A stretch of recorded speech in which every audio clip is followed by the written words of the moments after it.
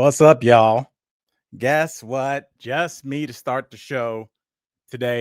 Tori's running late from Coco. What's up, Marcy? What's up, Sylvia? What's up, Gabriel? Yeah, Michael Dean is not going to be joining us. I need you guys to do me a favor and just throw a prayer up for Michael Dean. He's fine. When you say that, it scares people, but he just, he's such a hard worker, and he's had kind of intestinal issues. I don't talk about nobody's business since we were at DBL. And it's crazy because he's in such crazy good shape. But sometimes when we're working together, I can just look at his face and tell that he doesn't feel well. But he's such an insane worker. We would be nowhere without him. So Michael Dean, we are thinking about you. He said he was going to leave the doctor early and come join the show. I was like, take the day, Michael. It's fine. I will handle it. And then I found out Tori is in here, and I was like, oh shit, can I handle it? I don't know. I guess we're about to find out. What's going on with me? Well, I need after I just asked you guys to throw a prayer at Michael Dean, I need one for myself because I and my girlfriend Sarah, we are driving to Peoria. So if you're in Peoria or anywhere near the area, come out to the Jukebox this weekend. Come see some stand-up. Yes, we are driving. Holy shit. I don't know if I have that drive in me. Like 28-year-old Al could do a 13-hour drive. I don't know if 48-year-old Al can do that. So we're going to see. Obviously, I have a second driver. I got my backup quarterback with me. But do you guys have people like this? Like I always say that Sarah is a perfect co-pilot. Snack game on 10. Snack game's on 10. All right. She's going to go to the gas station. She like literally would be like, I got you some salt and vinegar chips and some Twix to balance that out. Like she understands the palate as you're driving, which is appreciated. But when it comes to the driving, whenever you start feeling sleepy and you're like, I might actually ask her to take over for an hour. And Sarah has one of those things that enrages a lot of us, and that she can sleep like a newborn anywhere she is, airplane, car, out cold, head back, mouth open, and it just makes you even more sleepy. But you're like, I know of all people, that person can't drive.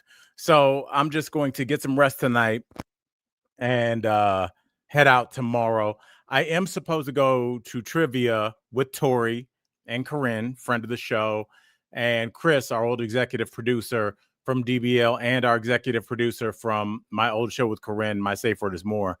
And I think I'm going to take it easy and not go to trivia and try and get some sleep. But is it crazy that I want to go to trivia just because Corinne came up with the best name for our team?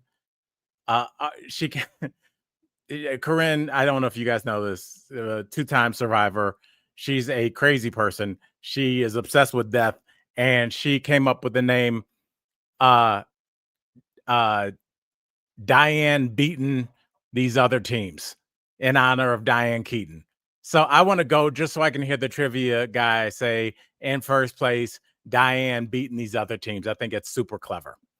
All right. What do we want to talk about? Oh, you guys want to talk about how my anniversary dinner went last night? I'm glad you asked. It was amazing. Holy mother of God.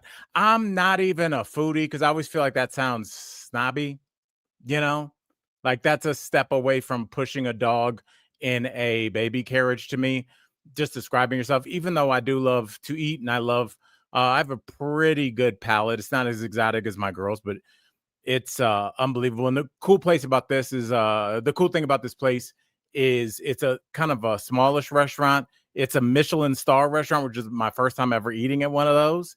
And they do this really cool thing. The place is called Alma Fonda Fina. It's here in Denver. It's named after the original owner. I think they have a sister restaurant. But the cool thing is, it's like for a Michelin star restaurant, it's affordable. It was like very, as long as you don't go crazy with the drinks, like you can have one of the best meals of your life for probably about $130, $40, depending on how much you guys want to eat. But it was outstanding. I wanted to have pictures ready for you guys, but I was scrambling because I was like, oh, I have to do everything today. That's right. I'm single mom in it. So yeah, we had a great time. we ended up, this is weird, and it just kind of shows you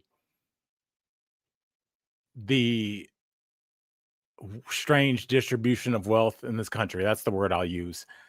We were sitting at the bar because you can sit there, and it's cool to sit at the bar because there's no kitchen to this place. They make your food right in front of you, and it's just really beautiful to kind of watch these people work.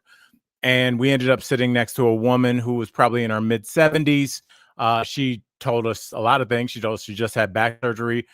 She was with, I couldn't tell if it was her husband or her boyfriend. He had, I'm a 70-year-old boyfriend vibe more than like husband vibes. But Sarah,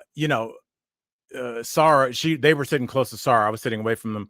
And Sarah told me after that this woman was like, I ate here last week and I've made reservations for twice a month for the next 2 months. Like, think about, like, this is a place that Sarah got reservations for 2 months ago, and she's going to go twice a month. And then once they left, I don't want to be talking out of school. He didn't say anything insulting, but it seemed like somebody that worked there was like, yes, they're at our sister restaurant, which is here in Cherry Creek, Denver, a couple of times a week. So there are people that go to a great restaurant once a year for their anniversary, and some people go 4 times a week. America. That, I think if like a 5th grader gave that as their speech in civics class, they would get an A+. I truly believe that.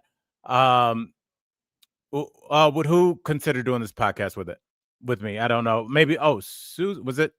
Oh, let me read some of these questions. How about that? I'm like so focused. I'm like, okay, I'm gonna stop and read. Okay, so Brandon asked, how was my fancy dinner? I answered that. It was delicious. Yeah, Julia, it was small. But you know it's interesting, and I think this is something that we maybe all can do when we're at home. It's smaller plates. So like if you order the chicken taco, they give you 1 taco and you split it. And you're like, well, that's not going to fill me up. But that whole thing about like we eat too fast and you eat too much because you're eating too fast, which I'm definitely guilty of. They give you a little bit of time before each thing comes out. And by the time the last thing came out, we were both like, I don't know if we can finish this potato. It was just 1 potato, 1/2 of one. But it was, I think the pace at which you eat, you digest, you chew it because it tastes good. And I think I really did learn something I'm going to try and use moving forward, is just like not wolfing my food down. But as a person that spent most of his life in airports and things like that, it's something I definitely have to work on, is like enjoying my food. So, would my girl do the podcast with me? I don't think so. I don't know, maybe, but there are on-camera people and off-camera people. Like Sam from DBL, her husband is so off-camera that it's hard to describe. Sam has spent her entire life in front of the camera. It's so, what's that saying? Every flower needs a gardener. They are the perfect match. Tori's former, I don't know, Brooks, he didn't like to be on camera. And I think about, myself with Erica and Anthony. Anthony is Erica's husband. He loves Erica so much, he'll go on camera. But Anthony, if he never stepped in front of one again, he would be just fine with that. He's not a person that likes the camera in their face. And my girl's kind of like that. I think if I begged her, maybe, but she would just she'd be like, what about your mom? Like my girl wants to cut the clips and focus the camera. She wants to do everything. That's what I kind of loved about working in a television studio. It's just seeing, I was fascinated with everybody else's job. I always wondered like what people are doing and like what the audio guys are talking about and what the I just think that there are producers that eventually want to be on camera, but a lot of people just like the mechanics behind the machine and not so much the hosting part of it. That's kind of why it works. So yes, let me see if there's any more comments. Oh yeah. So we'll see. I'll ask her. She might be watching. So I don't know. Sarah, text me. It's we'll see. But I'm gonna say no to that. All right, y'all. I say we get to our first story, but only after you guys have assured me that I've gotten at least a couple prayers for my drive coming up tomorrow. So let's get to this.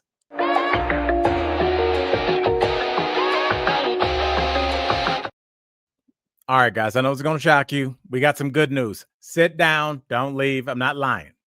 I swear to God, it's good news, and it involves this country's obesity rates. That's right. Yes. For the first time in decades, America's obesity levels in multiple states is down. So a lot of people obviously chalking that up to Ozempic and Wegovy.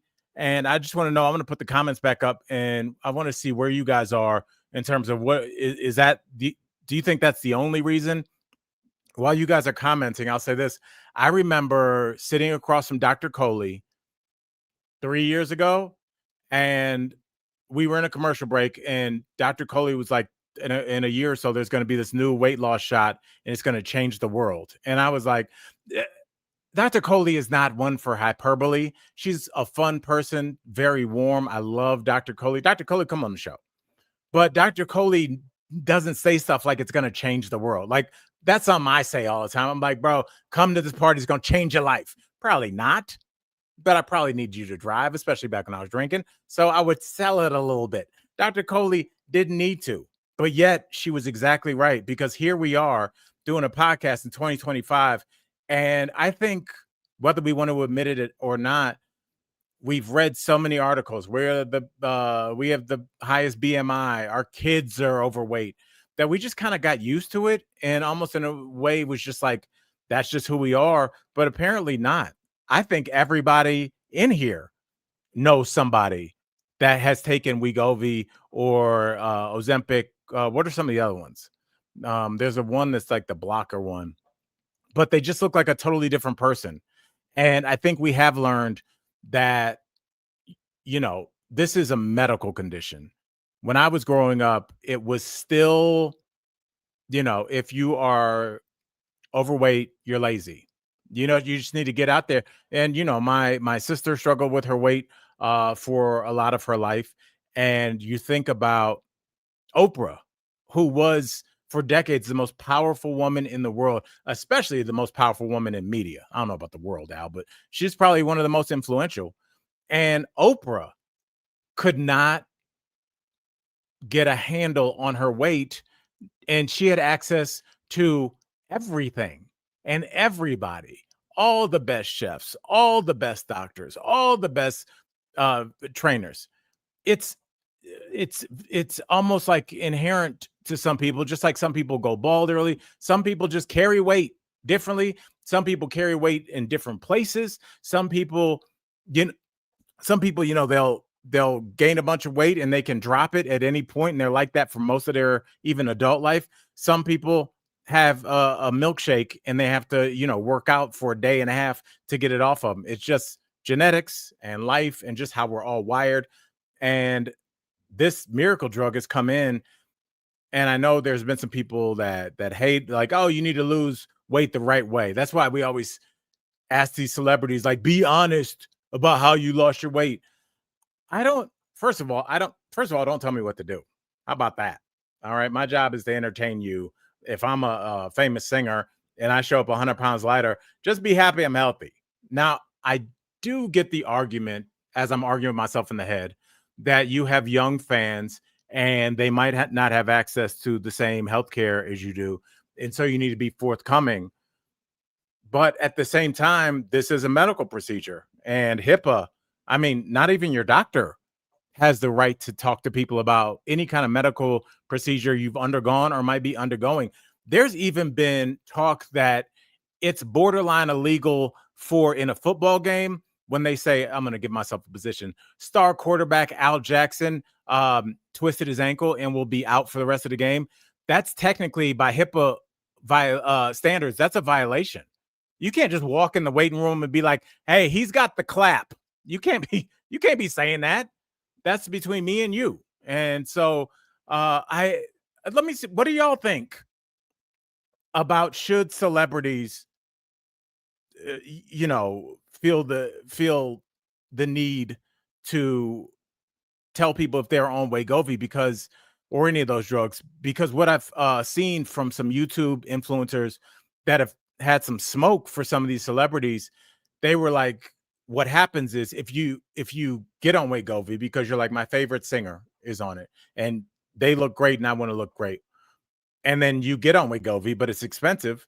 What's going to happen is once you discontinue taking that, you're going to gain the weight back. And not only is that rough on your body, I think it's almost equally as rough on your head, and it could put you into a dark place. So I don't know if the fact that you can sing means that you need to now, shepherd everybody else's child through the world. Um, and Sylvia says, no, I don't think they should have to. It's their business and not anybody else's. That's how I feel. It's weird because it seems like I have a bias towards entertainers, but I just think that we put so much on them. When there's a wildfire in California and we lose 5,000 homes, some basketball player will donate $100,000 and the news will mention it, and all the comments, well, he makes enough money. It's like, excuse me. You don't hear, nobody ever goes, how much money did venture capitalists put into rebuilding those homes after they've taken from this country gigantic swells of money? It's only athletes and entertainers. They're almost kind of expected to do it. If there's a tornado, hey, some country folks, y'all go to a concert. Where's Chase? I know y'all got some dough.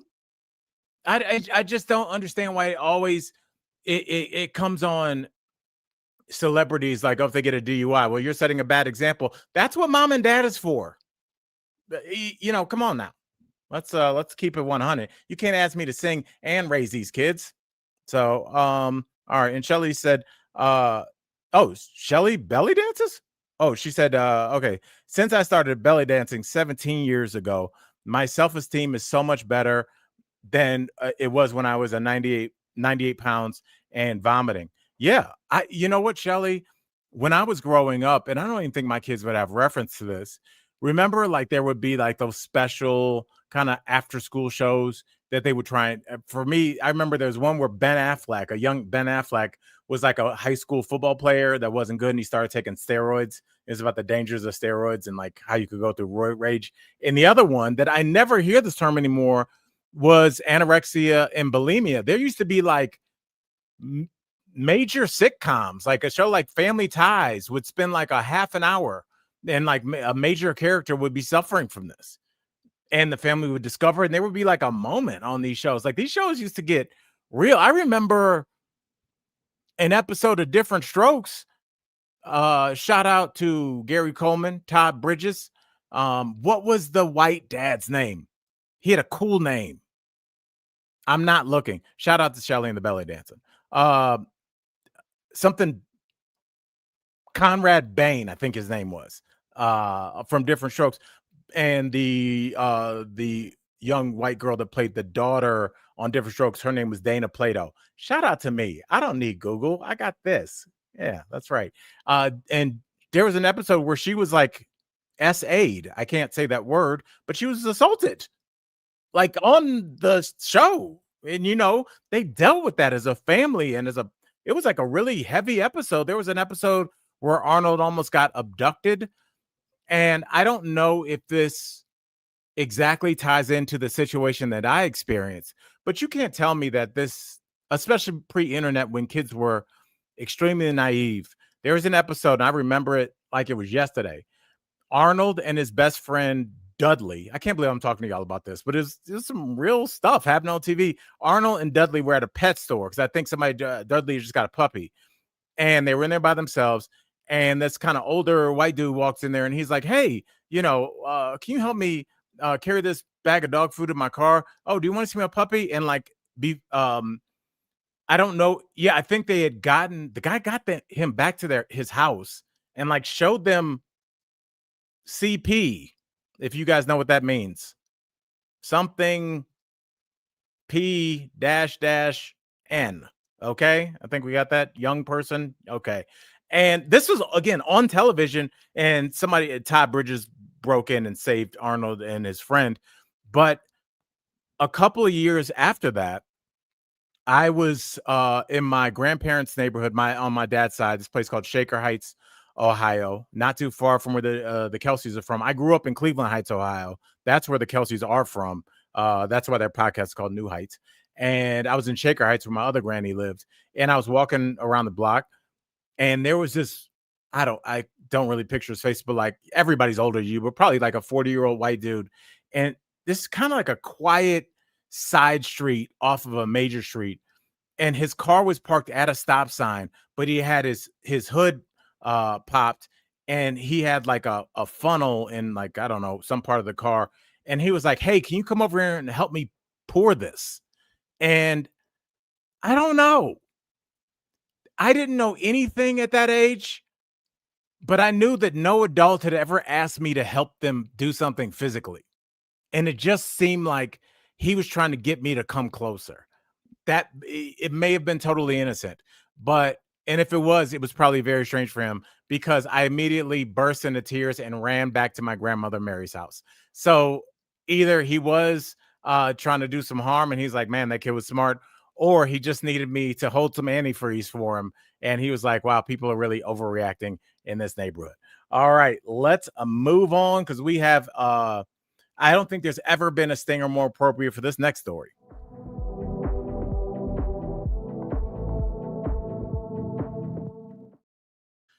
I think we can take the probably out of doing something shitty. I guess the Supreme Court are considered politicians, and they always say considering um, gutting or continuing to decimate the Voting Rights Act. But that just tells you, because what's today? Thursday? How about we make a bet? Because they always do their shady shit Friday afternoon when they know everybody's at happy hour and the weekend can kind of cool things off. I guarantee you, tomorrow night they will finish off, for the most part, the Voting Rights Act. The Voting Rights Act basically declared that there would be equal representation for Black voters in the cities that they live in. And basically, in 2024, a Louisiana group of people that literally described themselves as non-African Americans said that the map was not constitutional because a black district was a predominant black district was attached to their district, so they were not able to just get everything passed they wanted to. That case from Louisiana made it up to the Supreme Court, and I just listened to Brett Kavanaugh tell us all that they are going to be looking at specifically Section 2 of the Voting Rights Act, and Section 2 outlaws the creation of electoral districts that dilute minority groups. So basically, Section 2 was what was keeping it everything from, oh my goodness, Tori, it's like I started talking about the Voting Rights Act and you appeared. She's not on yet. But you got to come into the, do you want me to put you, hold on, Tori's here, y'all. Hi, guys. What's up? You have the wrong energy because we just started talking about the Voting Rights Act. I'm so sorry. What are you guys talking about? Oh, okay. Mass incarceration. You take it. No, Tori, what do you know about, first of all, happy Friday. It's good to see your face, girl. You look great. I think it's Thursday. Happy pre-Friday.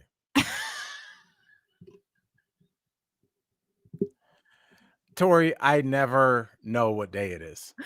And I think that Sarah always thought I was kind of messing around about that. No, and then you you could tell, like, when she realized, she's like, oh. Because we pre-tape, so yeah, we had bands on and stuff. So anyway, continue. I didn't mean to interrupt the interview. Continue. No, interview. I'm just in here hanging with the colleagues. No, did you hear that they're going to reconsider what's going on with the Voting Rights Act? And I said, Tori, if tomorrow evening, that shady shit's going to drop, because they do that on Friday afternoons, always.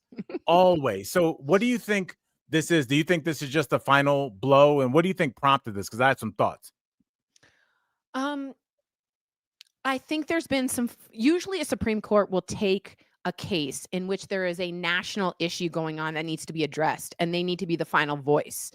And I think there's some gerrymandering questions. I think that there's specifics that are going to cause problems unless the Supreme Court makes a decision. So that's why I think they took the case. We're not going to hear for a while what they do, but I cannot believe this is even in question. What are your thoughts? I want to hear. My thoughts are simple. They're doing a bunch of unpopular shit, Tor. I don't know if that's too much legal jargon for you. Hold on, And slow down. let me. Here's the whiteboard. Yeah, the tariffs are unpopular.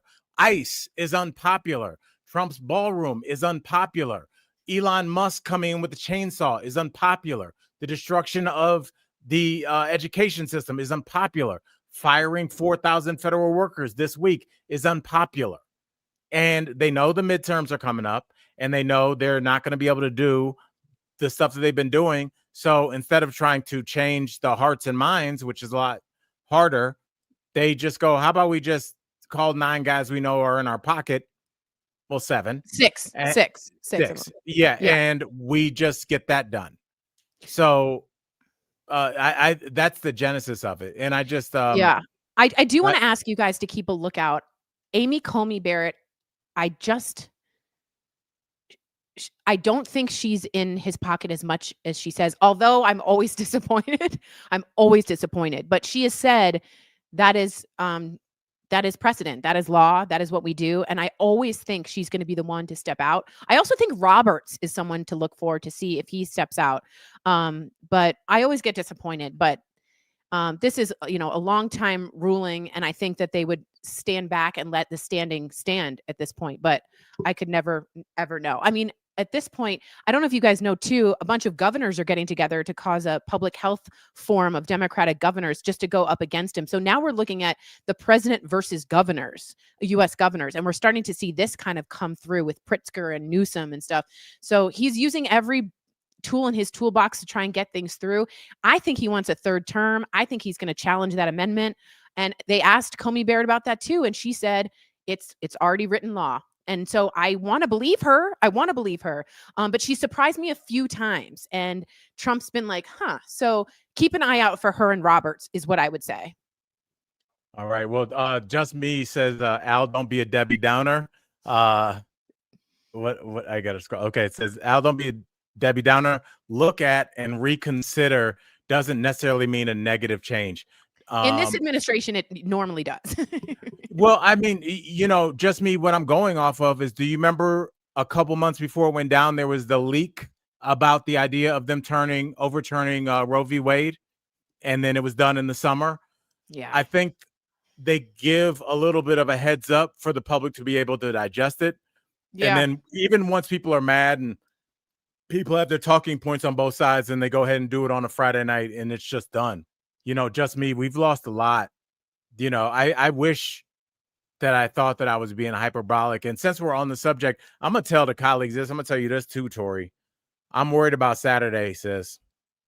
Oh, No Kings?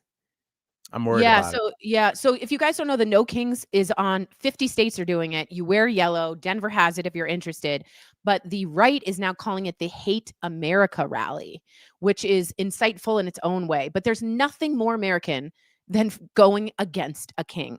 That is literally how we started America. We fought against George III, who was a monarch, and we wanted our own independent democracy or constitutional republic.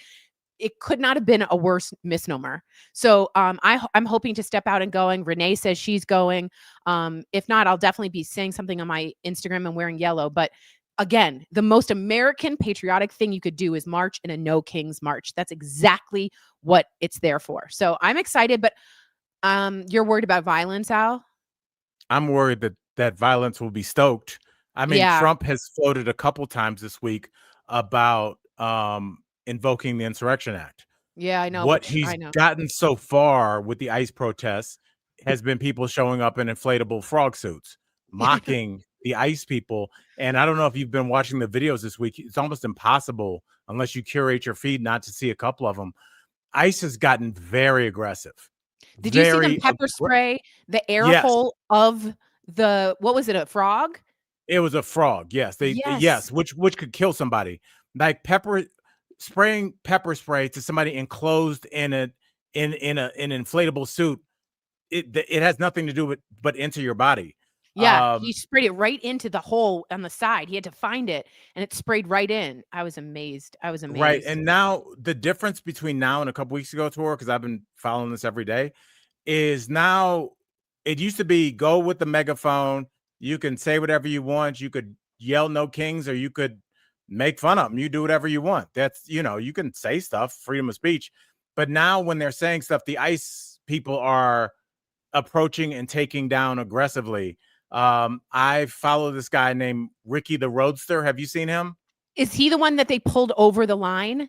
Yes, the one with the megaphone and everything. Yes, I've been and following him for months. he's He well he known. just yeah, what he does, and I'm sure some colleagues know, he like takes like karaoke instrumentals, and he'll change like the words to an old Rod Stewart song and just make it basically like I hate ICE. And he really he makes sure that he follows like he's not physically aggressive, but they finally went after him. And I think they it's a pulled symbol him. that they're not They dealing with pulled him. being mocked anymore. No, they pulled him over the blue line and then charged him for trespassing over the blue line, but they pulled him through it. So it's out of control. It's just badged masked men are just arresting and taking people without it's just insane. It's insane. It's insane. Yeah, and I mean, think about how long ago just having that college student surrounded and snatched for writing that essay seems. Mm-hmm. And not saying nothing was done. People spoke out about it, but this seems like something that's been planned for a while. And that's why I said I'm worried about Saturday, because we're at a different point with ICE. People are fed up with them being in their communities. People are pissed off. They're being aggressive with people. They're taking journalists down. I mean, right. Yeah. And I mean, it's really bad. And all we need is a car to backfire. Yeah. Somebody to say I mean, we all know, without it being conspiratorial, that in some of these protests are people that are there to incite, undercover, and people that are undercover on behalf of some other governing body that are there to start some shit. Yep. And all you need to say is, I thought I saw a gun. Yeah. Are you guys ready to see?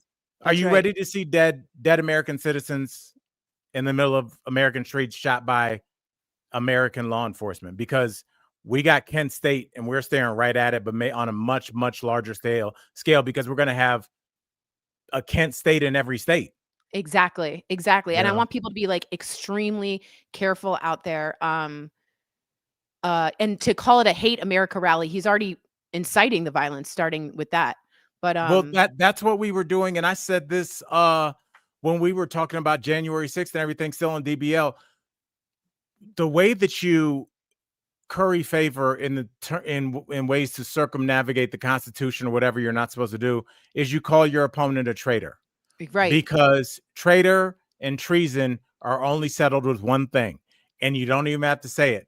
When you say this person is a traitor, Benedict Arnold, then we throughout the world we know what the punishment for that is, and that already puts in people's minds, almost like on January 6th. I do believe a lot of those rioters truly thought that the election had been stolen, which is amazing, but they really thought that, and they really thought that they were saving America, because they had been told the people you're going against are traitors, and the next thing you know, you've killed a police officer with a family. That's exactly right. It's right. And in Chicago, just so you know, good news, a federal judge has ruled ICE can't hang out around courthouses and take people who are just going to go to their court cases. California has the mask law, so federal agents can no longer be masked in California as of January 2026. So they're trying. You're seeing these court cases pop up to try and limit the ruling and the law, but it's out of control. It's very out of control. All right, Tori, on a totally different tangent. I know that you do this on your Instagram. You'll say, give me an example of a prompt that you'll give to your followers for like a song. Oh, okay. So I'll be like, what's the first song you think of when I say the word someday? I don't think I have one. What did you, what's this? No, that's The Sun Will Come Out Tomorrow. The reason I was asking you is when you say federal agents, I had that same thing because I'm such a hip hop fan. I hear Biggie's line, "Federal agents mad because I'm flagrant. Tap my Oh, cell and the phone in the basement." Like every time ooh, somebody says federal agents, I hear that. I wish I that's didn't. good. That's So, good. you know Biggie. what, Tori? I wanted to ask you. I was like cleaning my house and I have random thoughts. I'm just thinking about Tori and questions I want to ask you. Uh, Biggie had this song. It was called 10 Crack Commandments. And it was 10 ways to, I've always argued it was really just a business plan. If I give you the first couple words, I want you to tell me what each commandment was. Okay. Rule number 1, never let someone in Snitch. on Oh, that's good guess. okay. That's really good. Rule number 1 was never let anybody know how much money you have. Rule number 1, never let nobody know how much dough you hold cuz you know. Okay, what was the second one? Yeah. Yeah, I want to do this with you one day when I can think of them all. All right, Tori, let's keep it moving. And you'll like this cuz you like art. And yes, I am walking you into a trap. Let's do this.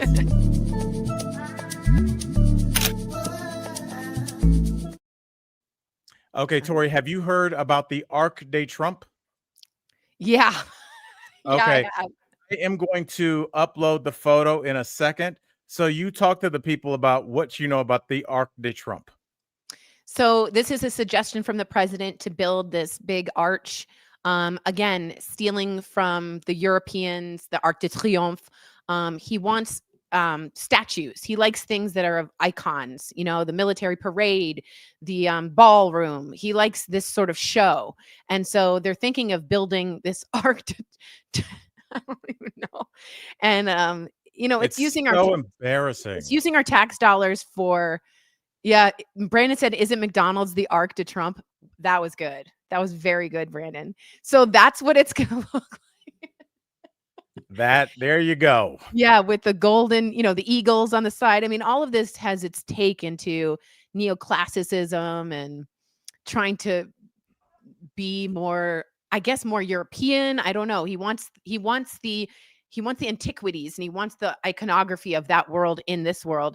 And we don't have kings and we don't have that kind of thing. So it's just to me, it's wasting more tax dollars. It's just all wasting, and it's all ego. It's just it's an ego arc. It's an arc of ego. It's just like I just look at it. I'm like, this is what happens when a man doesn't have any brakes put on him. Yeah, just do this, do And this, do this. Yeah. do you think everybody is appeasing him because they respect him, or they're like, I just need to keep close to this guy until he drops and I can take? Because I feel like they're already all jockeying for a position. Yeah, I think they're seeing the writing on the wall and they're just like, yeah, that looks good. Yeah, do that. And it's like, Marjorie Taylor Greene, we talked about it on Tuesday, but she's seen the writing on the wall and she's stepping back and taking a different approach. But it's just so childlike. It's just like, build me a big thing, build me this, build me that.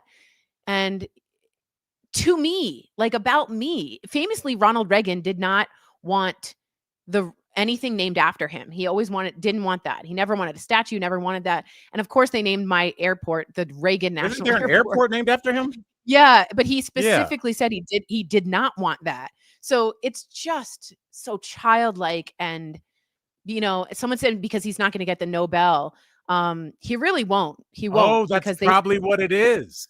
it's smart. He wants some kind of iconography to him. Remember Mount Rushmore? He wanted, like, it's very, very telling of his narcissistic personality. It's just, we don't build that to presidents. We don't do that here. So it's just very, very strange. Well, somebody needs to tell him that. But you know what, Tori? It's time for you to tell us something.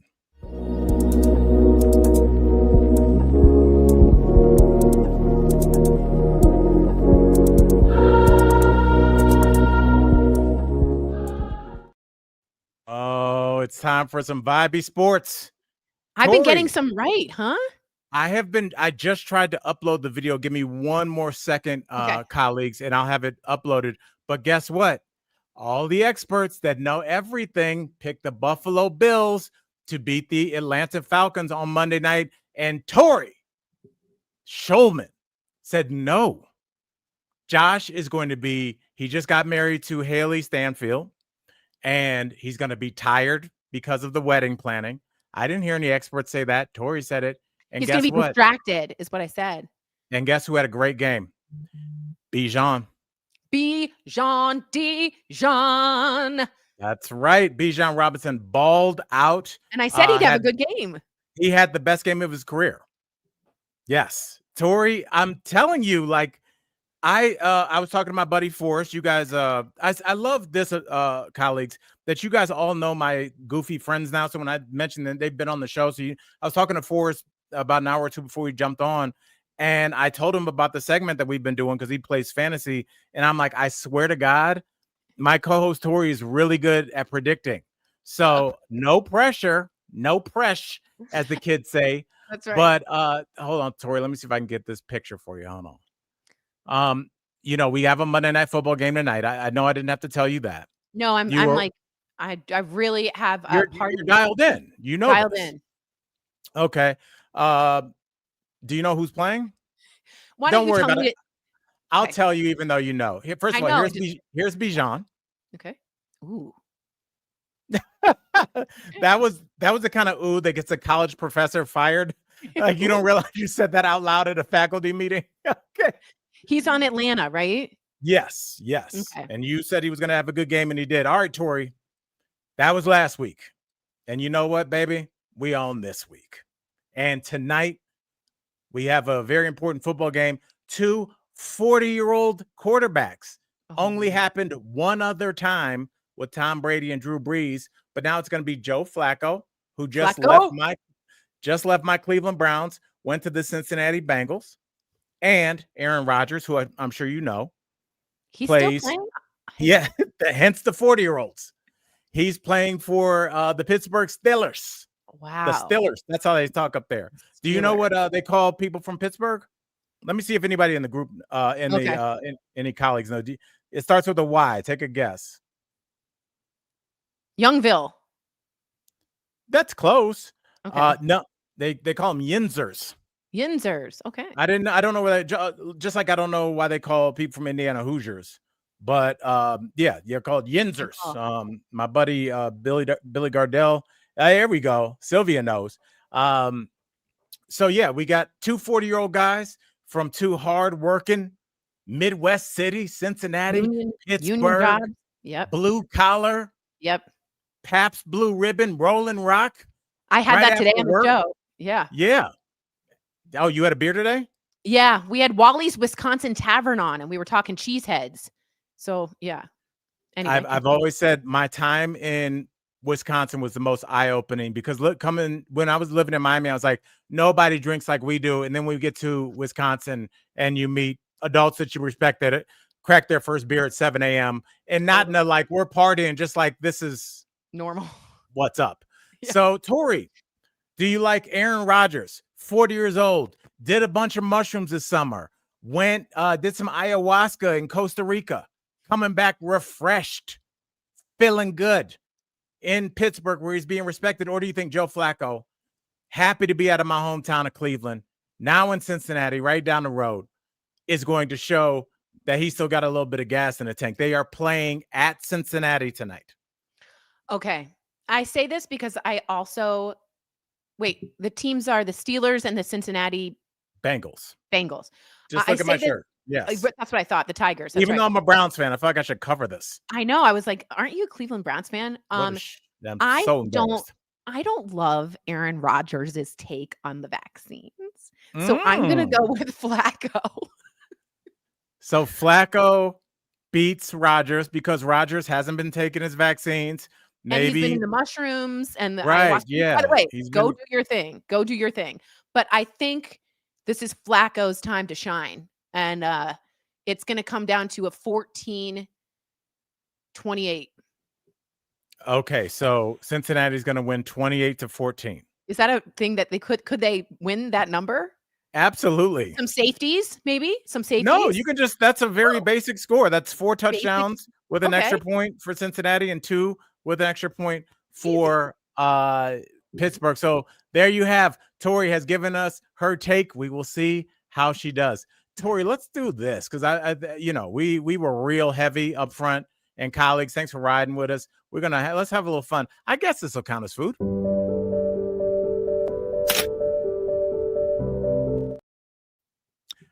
Okay, Tori, we know that Halloween is coming up. Are you dressing up? So I'm going to be on the show, and we're going to have the famous Denver singer Hazel Miller on, and she's coming as Ella Fitzgerald. So I think I might be Madonna. Harkening back to your Madonna days. Yeah. I have your Madonna video on this hard drive. I swear to God. I love it. I played Madonna in a Japanese biopic, you guys, and it was really bad. It was. Oh, well, Tori, you're really acting like I'm not going to put that in the Patreon as soon as we are done. I swear to God, it will be in the Patreon within the next half an hour. Tori, please give us the bet because you guys are going to be like, what am I watching? It's like in black and white. Tori comes in. I know she's supposed to be Madonna, but it looks like Madonna dressed up as Tina Turner. It's you have this huge wig on. You walk into a nightclub and make out with the DJ and then go, yeah. And then like walk. And I know the DJ was like, my girlfriend's right there. Like what was what was the point? How did you get that gig? What was the point? So I got asked to do it. And all I got asked by my agent in New York was, can you dance? And I was like, yeah. So they were like, that's good enough for us. So they hired me, and it's an all Japanese crew from TV Asahi. So they came in and didn't speak any English. And one woman had a prosthetic leg, right? And we were shooting guerrilla style in Times Square. And I was like doing this. That means you had no permits. No permit, okay, at all. And the cops start chasing us. And she can't run because of this. She had a bad prosthetic leg. And I'm in a huge Madonna wig. And it's terrible. And I just remember running and being chased and being like, this can't be the end to my acting and hosting career. But yes, it was a 3-hour, 3-day on their own TRL. They played it. And it was so bad. But Madonna famously did go into a disco club or nightclub, kiss the DJ and hand a tape and say, play this. And that's how her first songs came out in the disco clubs of New York. Well, Tori, I am getting ready to post episode 4 of 23andG. The first 3 episodes are in the Patreon. You can check them out for free, even if you're not a paid member. If you do want to help the show out, we'd appreciate it. But you know, it's tough time. So just go check it out. The 4th episode that I'm posting today is about a rapper named Mike Jones. He was famous because it's really about how hip hop changed marketing and vice versa. Mike Jones was the first rapper. He got very famous because when you said what you just said, made me think about it. Mike Jones, his grandmother told him, don't have an alias. Because at that point, every rapper was like, DJ this, right? Yeah, Dragonfly or whatever. His grandmother was like, use your government name, Mike Jones, and go to the strip club. His grandmother told him this. Smart. And told him to ask the DJ to play it. Smart. And he says his name over and over. It's brilliant marketing. He says his name, Mike Jones. And I attribute Mike Jones to being the first brand to have a direct link with his consumer, because before the internet, he gave his personal cell phone number out in his song. Oh, wow. And people called it and he would answer sometimes, and that increased the legend. That's awesome. Isn't that really interesting? That's and his so grandmother, awesome. Grandmother got it going. She was like, go to the strip club because people are going to be there having a good time. When they hear your name, they associate it with a good time. And it's brilliant. That's so smart. It's very, like very smart. Super interesting. So yes, not as interesting. One of these days, we need to break down my blind date because I have the full episode of that as well. I can't wait. Shelly, thank you for the $5. We so appreciate you. Yes, thank you, Shelly. Goodness, y'all are so good to us. I will say this, Tori, and I just want to tell the colleagues who are having fun on a pre-Friday Eve. Thank you, Shelly. We really appreciate it. Everyone's going as a Labubu. Okay, keep going. Oh, that's good. That's a good. There's gonna be a lot of Labubus. Yeah, but I mean, I think that's a good one. I used to host a show on Fox called Awesome Adventures, and it came on at 7:00 on Saturday mornings. It was the most random show, but our old producer, which would be like Megan on DBL, was this black dude I really liked, and his name was Merv. He passed away just like suddenly and quietly. I just like looked him up on Facebook and saw it. But anyway, there's some producers, y'all, that are like, Tori, I don't like the way your eyes are focused on the camera. Can you turn, even though you nail your line 43 times? They're like, I hate one that. more for safety. And you're like, I'm going to kill your I've family. been there. You know, where you're just like, are you effing with me right now? Tori, Merv was the opposite. One and done, baby.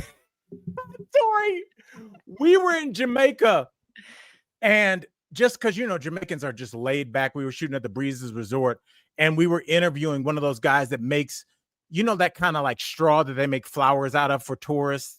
That it's like that, like kind of hard straw that you can meld in anything you want. He would make those woven hats that you wear in the sun.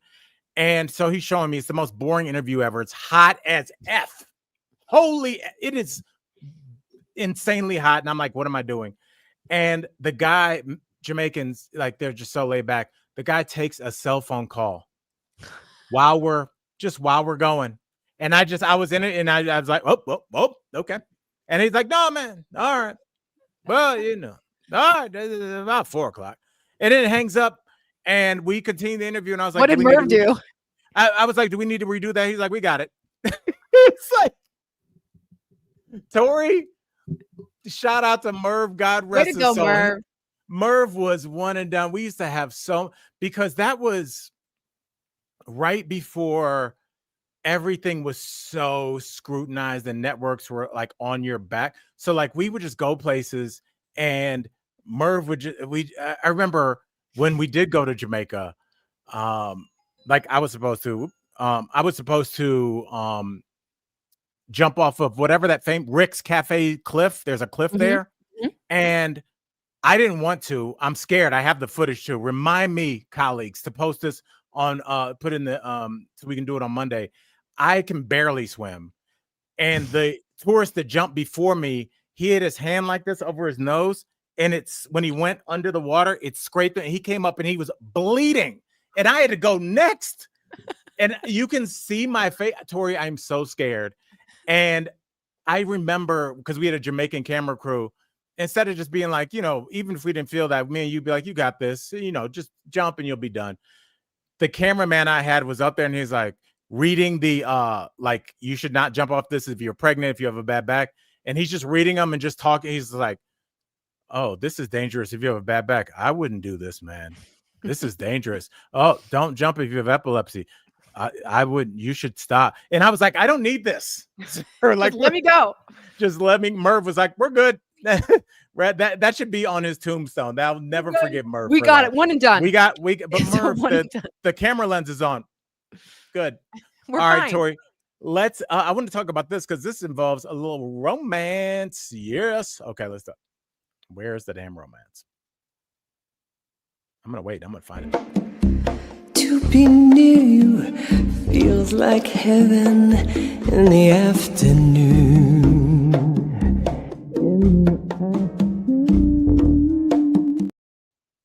Tor, J-Lo has spoken. She's actually spoken more specifically to Howard Stern. And J-Lo said, you know what? I'm done living out loud, even though that's the name of one of my biggest songs. She said her next romance is going to be a private one. Thank God. There's your thought. I mean, she must know that this is what we think has overexposed her. Now, I don't know if it's her relationship with Diddy that caused some of this early on, and she knew, and people were like kind of blacklist. Oh, I can't say that anymore. We're kind of taking her off the list and stuff, but she went downhill after that. A-Rod, Ben Affleck. Oh, thanks, Lucy. We'll see you on Monday. Thank you so much. Hi, Lucy. Love you, girl. And she must know that she is just, we don't need a cover of Vogue with you and the kids and the new guy and then this and then it's too much, J-Lo. We're waiting for tonight, and tonight is when you don't come out with your guy. You know what I mean? Shout out to J-Lo. I wish her well. You know, she deserves love, and I think like she's one of those people. It's like, I have everything. Why don't I have this? And I know it's hard to feel sorry for somebody like that, but she's a human being, and she seems like she's genuinely interested in having a functional relationship. So I hope that she's able to do that. All right, Tori, listen to this. Yeah, do too. I like wish the best for her.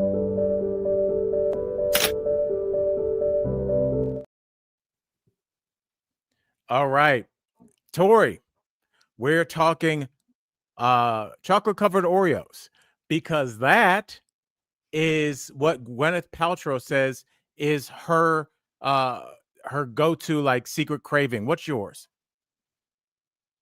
Oh man. Okay. Do you guys remember back in the day, bright yellow plastic wrap? So there's two, and then you'd eat it, and it was called a Malamar.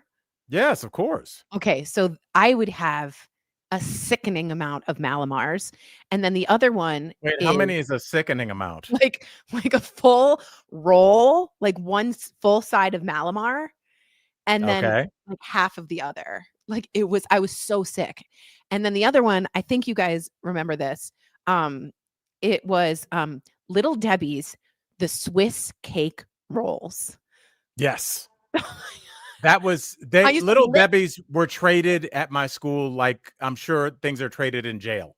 Yeah. Like people knew if you had the Star Crunch. And Tori, this conversation is leading us right to where I wanted to go because we're about to play a quick game of Snarf or No Snarf. You ready? Yep. All right, guys. If you guys don't know, Snarf is one of our amazing sponsors.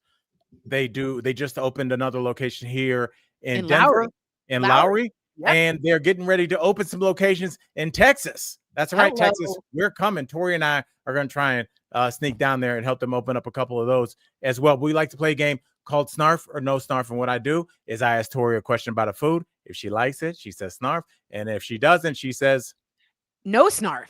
All right, Tori, let's get started. Pork chop. No Snarf. I'm a lamb chop girl. And Oh. I don't care for mint jelly. Nobody wants you. Nobody. That sounds like something that would be in Alice in Wonderland. Like Nobody who wants you. mint jelly? Who Yes, puts jelly and mint together? We don't want you. All right, Troy. Let me see how much time you spent around No old Snarf. people in the 80s. Okay. So that's a no Snarf. Nilla wafers.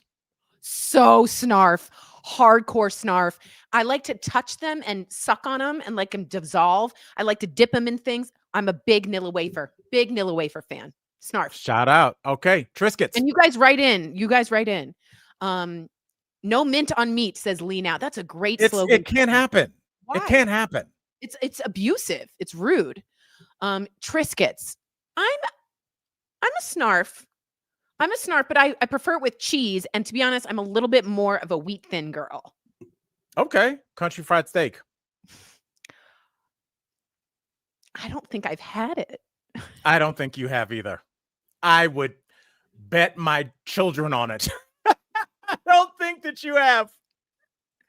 You know what country fried steak is? And for anybody that's been to Germany, you know that I'm not lying. It's schnitzel. That's Okay. I've had exactly what it schnitzel is. in Vienna. I had schnitzel. Right. It's just a thin piece of meat with like thin breading over it. Okay. That's I'm really a what no it is. Snarf. I'm a no Snarf on that. No Snarf. Okay. Plantains. I love me bananas. I do not. I'm a no Snarf on plantains. And I think they're healthy. They've come from beautiful countries, but I'm a no Snarf on plantains. What about you? I don't like it's hard because I spent a bunch of summers in the Bronx and I lived with a Puerto Rican family for like 2 years of my life in the Bronx. And plantains were with everything. And it was like that was like the hardest thing was to tell mommy. I was just like, I can't do it. I don't. Yeah. Yeah, I just don't like the mushiness. I don't Yeah. like it. All Yeah. right, Tori. Last one. Here we go, guys. White chocolate. No Snarf. Absolutely no Snarf. I feel like you're trying to like class shame me because I'm from Ohio and my country ass loves some white chocolate. Oh God, I find it so sickly sweet and I think it's gross. Shelly says Snarf, but I do not like white chocolate. I like milk chocolate and I hardly like dark, but white is the worst of all. Oh, Tiffany Solstice says she stopped by the Heaven location at Lowry. Y'all should try to get them as a sponsor. They are. That's why we're doing this. Yes, absolutely. So shout out. We appreciate Snarfs. They have held us down. Tori, I'm glad that you played one quick game with us. Before we go on this Friday Eve, you owe us something. You know what that is.